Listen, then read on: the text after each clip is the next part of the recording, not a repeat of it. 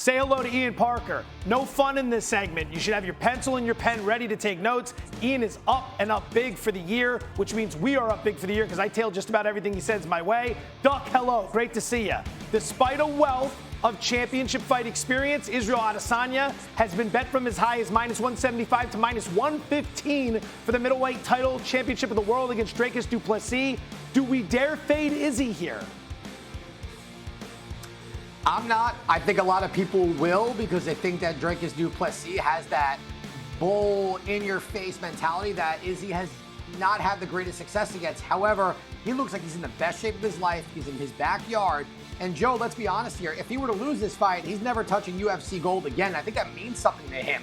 This is one of those fights where he just does better when he has something to prove. This is a legacy fight for him. He wants to show the world. You must have forgot. I haven't forgotten because I know what his body of work has proven. I think that people might have underestimated how good Sean Strickland really is. But for Izzy, this is fight from a distance, striking extraordinaire, keep the fight on the feet, and I think he gets it done. I'm taking Izzy. It's his 12th straight championship fight. This is Du Plessis' second. That means something. All right, let's go to the co-main event. Steve Erceg coming off his first loss in 6 years. Razor-thin defeat to champion Alexandra Pantoja. That was back in May. He's now -160 against Kai Kara France. What's the best approach with the co-main? The fact that the money line is so low on Erceg is a little bizarre to me. I think that means there's just a lot of money from Australia fans on Kai Kara France, even though Erceg's from there as well. Erceg may look like he works for Best Buy, but this is a guy that was one failed takedown attempt away from winning the flyweight title. He's got great hands, very good on the ground. He's going against someone in Kai Kara France who's a kickboxer. Once he's on his back, he's like a negative white belt in jiu-jitsu, so he's not going to submit Erceg off his back. Give me Astro Boy. I still think he's a future champ. That one loss isn't going to mean a whole lot. This turnaround, great matchup for him. Erceg it is. Yeah, he's legit. That was a quick turnaround for the Pantoja fight, and he stepped up big on foreign soil.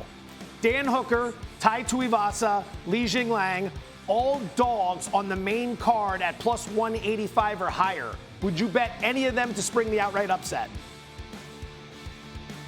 Oh, Joe, it's always fun to bark with the dogs, right? However, I think all three of these have really bad matchups. The Leech going against Carlo Prates, he might get knocked out. Tai Tuivasa, who likes to, slang and bang, he's going against Jairzinho Rozenstruik, who's a more technical, powerful kickboxer. And Dan Hooker, who's essentially a zombie, going against Mateusz Gamrot, who's a great wrestler. If anyone's going to do the upset, I think it's Tai Tuivasa. We've seen Jairzinho Rozenstruik get knocked out before. We know Tai has knocked out guys like Derek Lewis. He has that power.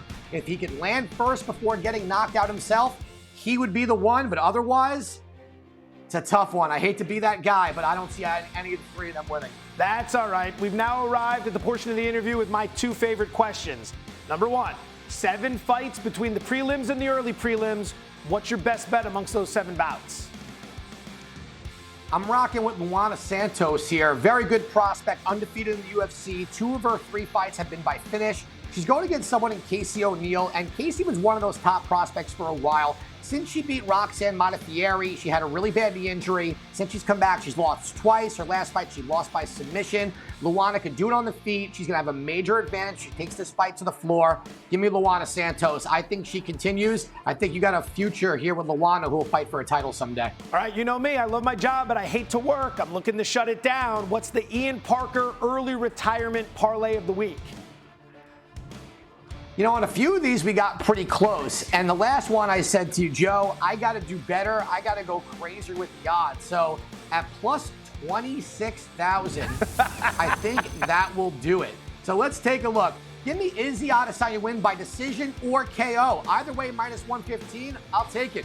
Steve Erceg by decision, +115. Give me Gamrot decision, Tafa, Rozenstruik, and Prates by KO. And Luana Santos by sub. I am shocked her sub prop, by the way, is +550. That's crazy, being that she's coming off a sub win. Black belt in jiu-jitsu, and O'Neill's coming off a sub loss. But that is a true retirement parlay right there. Joe, I'm trying to get you a vacation. Mwah.